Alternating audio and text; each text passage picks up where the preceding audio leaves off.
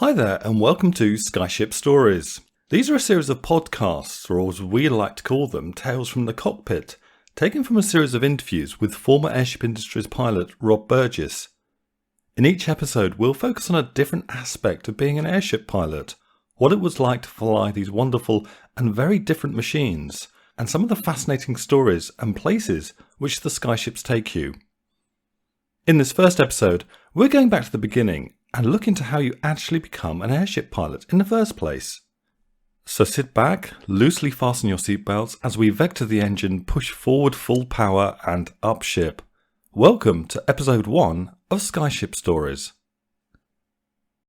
Starting out with Skyships, so how did you, if you take us through, how did you become a Skyship pilot? Desperation is the simple answer. I had a brand spanking new commercial pilot's license for aeroplanes. I was a full-time flying instructor at Cranfield, just down the road from Cardington, of course. And I was paid a pittance for working sort of dawn to dusk, 6 days a week. And nobody was employing pilots. It was desperate time. This is 1986, beginning of 1986. And inside the back cover of Flight International was a full-page glossy advertisement saying, why not be an airship pilot? Hey, if they're paying, I'll go for it. So up to that point, I mean, I'd read about the R100. Barnes Wallis was always a hero. I'd read about the R101. And, of course, the Hindenburg and all the rest of it. But I wasn't really an airship enthusiast at that point. So I just applied for the job. And I was invited for an interview, which was a good sign, because didn't even get the courtesy of a reply from an awful lot of employers at that time. The market was flooded with pilots. So I was invited over to Cardington for an interview, and I can't remember who was behind the table. Peter Buckley, the chief pilot, the director of flight operations, ran the interview, and we just chatted.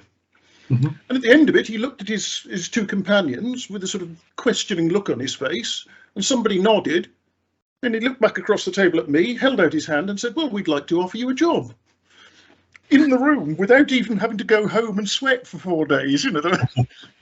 Well, I said, thank you very much, I'd like to accept it. Fantastic. And the description of the job was breathtaking. I must have had my jaw drop visibly, because I was being paid about $5,000 a year as a flying instructor, and they were offering $12,500 a year starting pay as a co-pilot.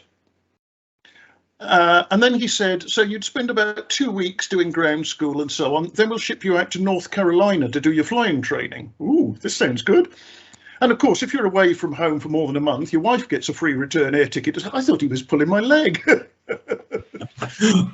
Gosh. So I accepted the job and started at Cardington a few weeks later. And that was beginning of March 1986. Right. So the first Skyship 600 was about a year old at that stage, if I've got my figures right.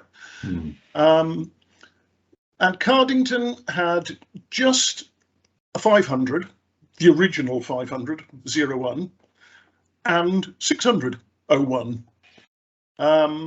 Most of the ships, most of the work was in America. And of course, the weather in America is an awful lot better than the average British weather. So flying training was going to be at Weeksville, North Carolina.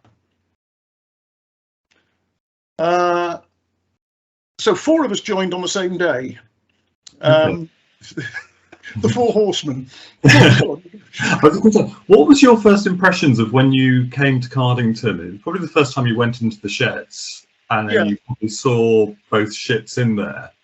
Well, I'd seen the sheds from the air and from the ground from a distance before. Yeah.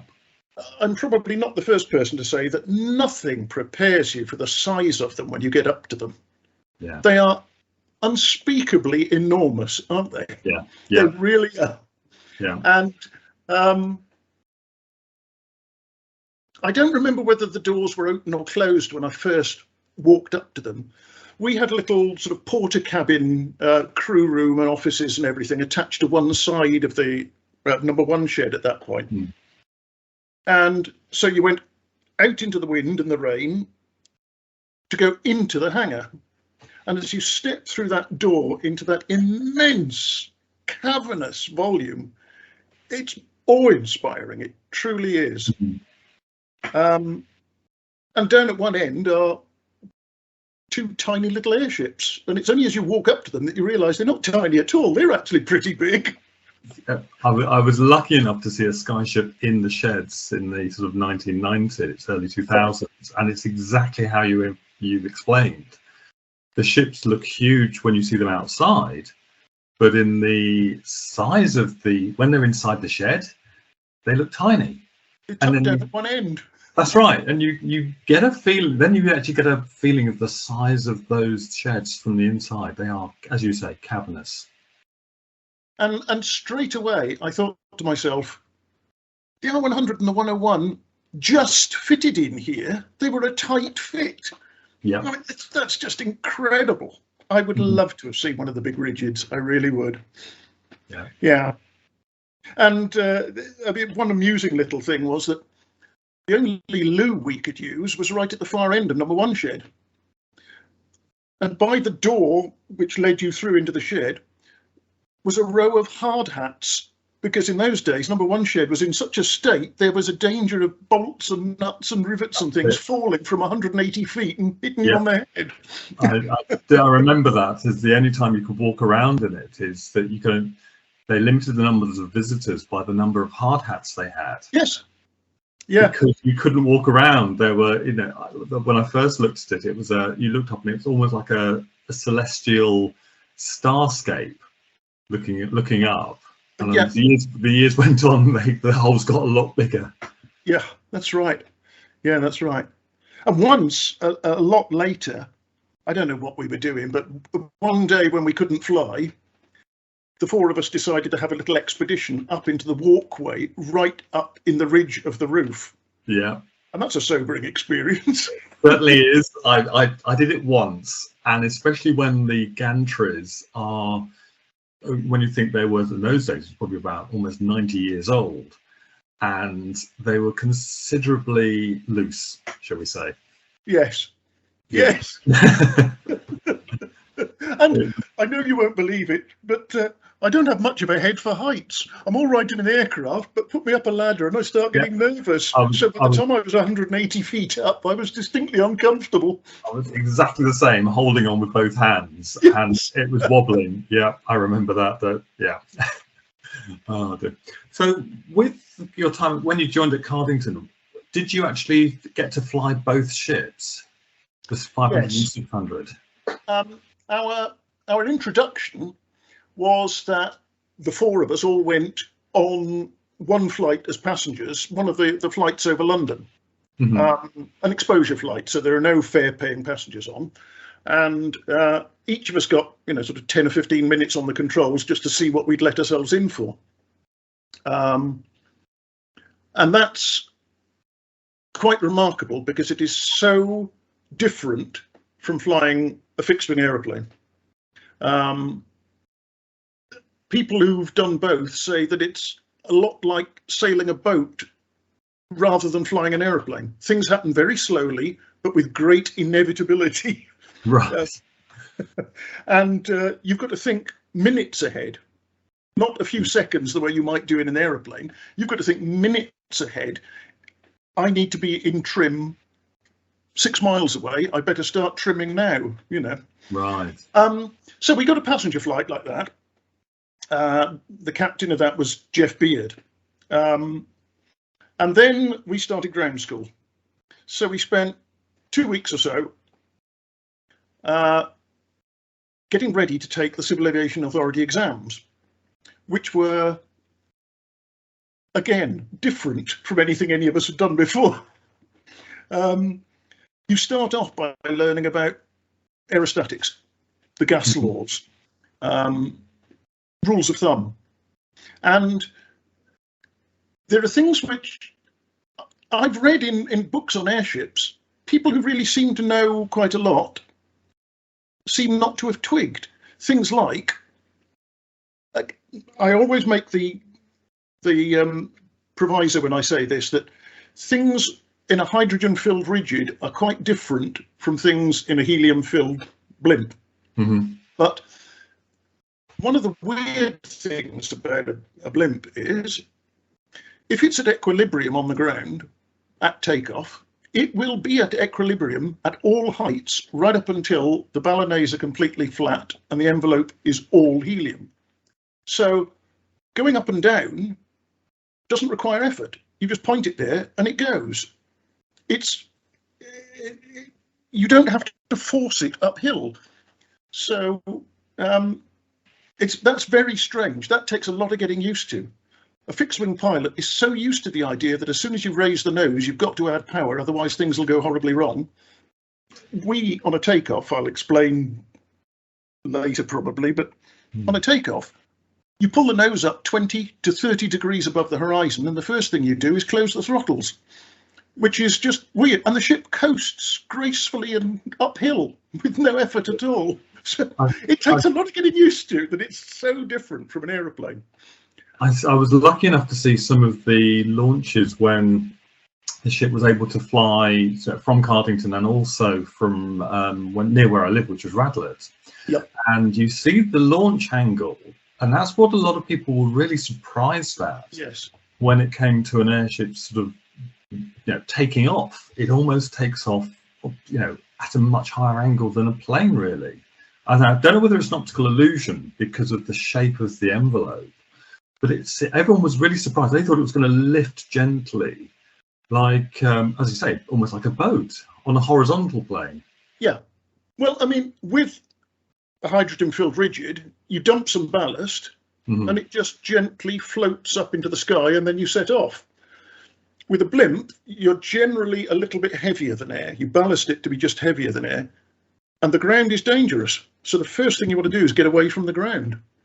And we had the advantage of vectored thrust as well, so we could get it off the ground and climb, get up to a safe height straight away. Yeah, so it's not an optical illusion. The pitch limits on the thing were 30 degrees nose up and 30 degrees nose down, and we used to use them. We used to go right to the limit quite often. So we very soon found that we had to warn passengers it takes off steeply because the first flight of the day, they wouldn't have seen the last lot go. Yeah. Take off at a very steep angle, and don't worry, we're going to bring the engines all the way back to idle just after takeoff. They haven't failed. We're doing that deliberately because if you didn't warn the average private pilot of that, he got distinctly nervous. Yeah, again because people's experiences they're trying to compare the heavier than air flight with as you say lighter than air travel, which is completely different. Yeah, it is. It's very different. And so we spent a couple of weeks doing things like theory of gas lift and Boyle's law and Charles's law and all that kind of thing. We learned some very useful rules of thumb so that you can quite rapidly compensate for temperature changes and pressure changes and rain on the envelope and this kind of thing.